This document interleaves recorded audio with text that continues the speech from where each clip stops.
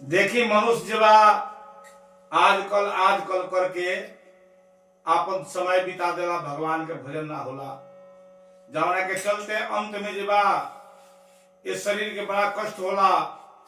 और वो बड़ा बुझाला कि भगवान के भजन हम ना कैनी, आज भगवान के भजन कैले रहती तो इतना बड़ा कष्ट में हम ना रहती।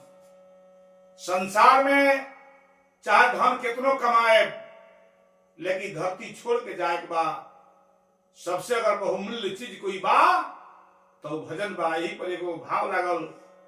हम व्यास रामचंद्र शर्मा अपने सबन जानते कि हम अपन लिखल गीत गाइले। बड़ा सुंदर एगो भाव बा, चेतावनी भजन के सुनी।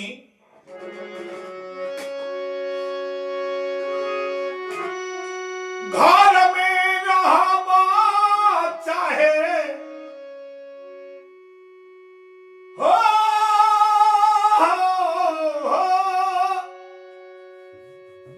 घर में रहबा चाहे अरे चल जाइबो बहारा,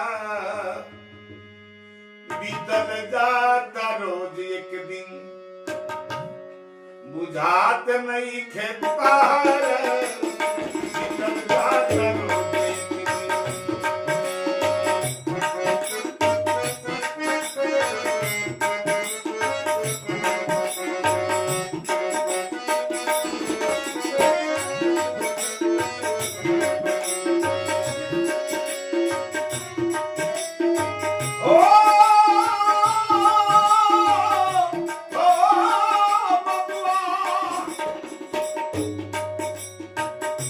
रहबो घरे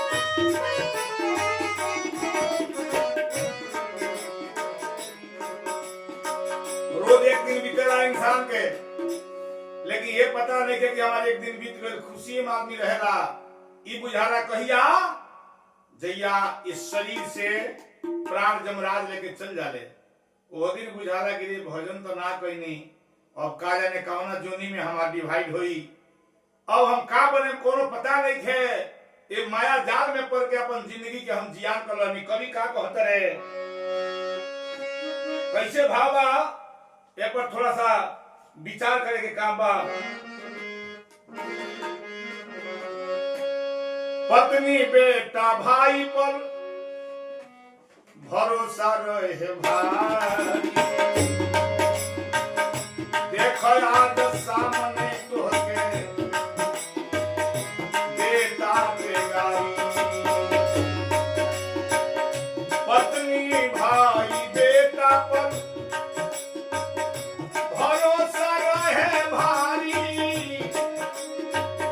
देखो आज सामने देता बेगारी।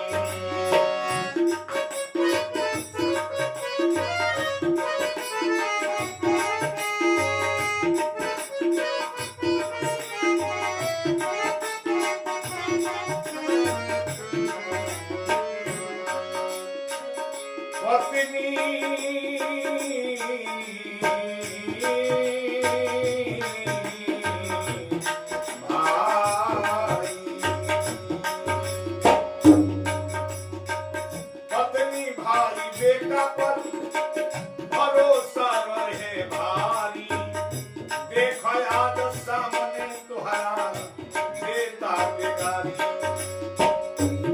जब शरीर का चार हो जाला, वह पत्नी राह काट के जाली, बेटा के चाल करब एक लोटा पानी दो, लागी कहे कि का टाटा तरह जहां बड़ा तहां स्थिर रह। ओ हमारा बुझाला कि भगवान के भजन ना कैले से का फल मिलल। पत्नी बेटा भाई पर भरोसा रहे भाई, देखो तोहरा सामने सब देता बेगारी।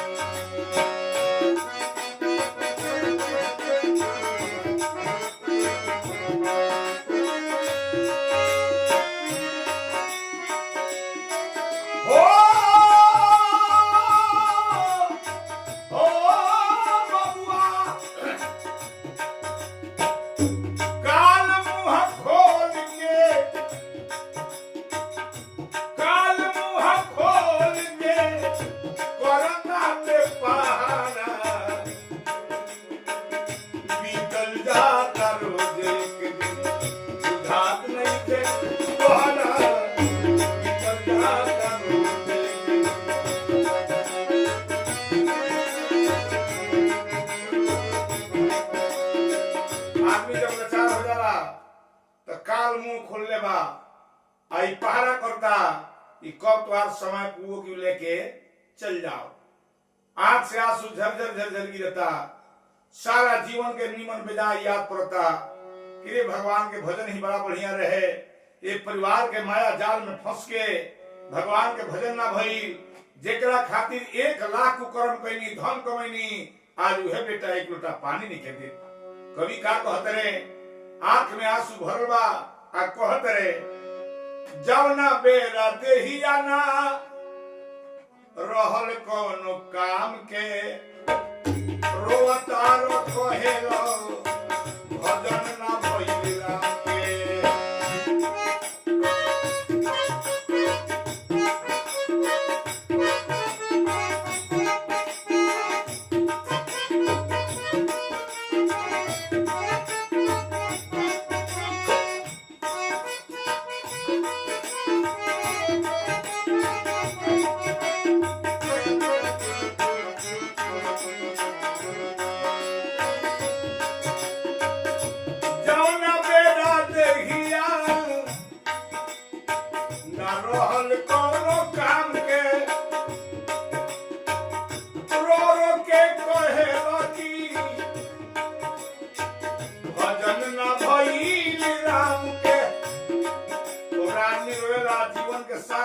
याद करेला कि भगवान के भजन ना कोई नहीं। हे परमात्मा, अब का जाने हमारे का हुई। ये पारिवारिक माया जाल में पड़ के, बेईमानी चोरी में पड़ के सारा जीवन हम बिता देनी, अब हमारा अंतिम समय चलता। कवि का कहते रे,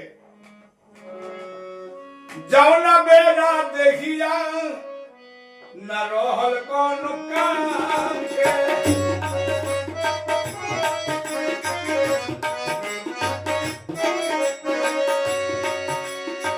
आरो रो के कहे कि भजन न भइल राम के।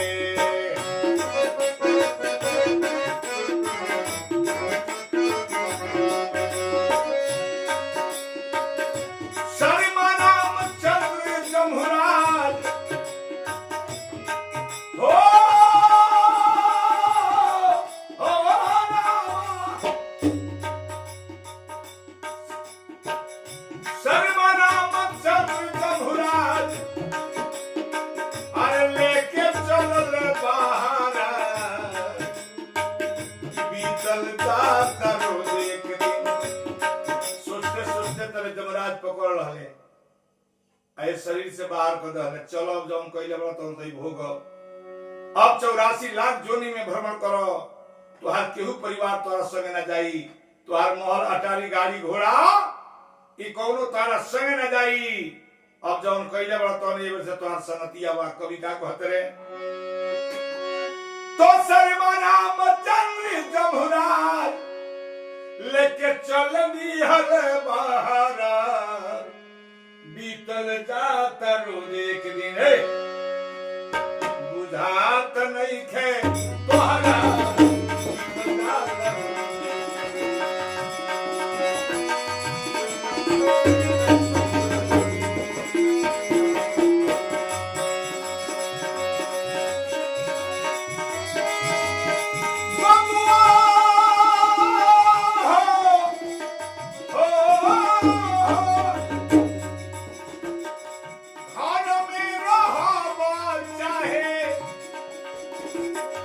चल गई वो बहारा, बीतल जाता रोज एक दिन बुझात नहीं खे तोहरा, बीतल जाता रोज एक दिन बुझात नहीं खे तोहरा, बीतल जाता रोज एक दिन। आई भजन अच्छा लगे तो सब्सक्राइब करी, कमेंट में बताएं।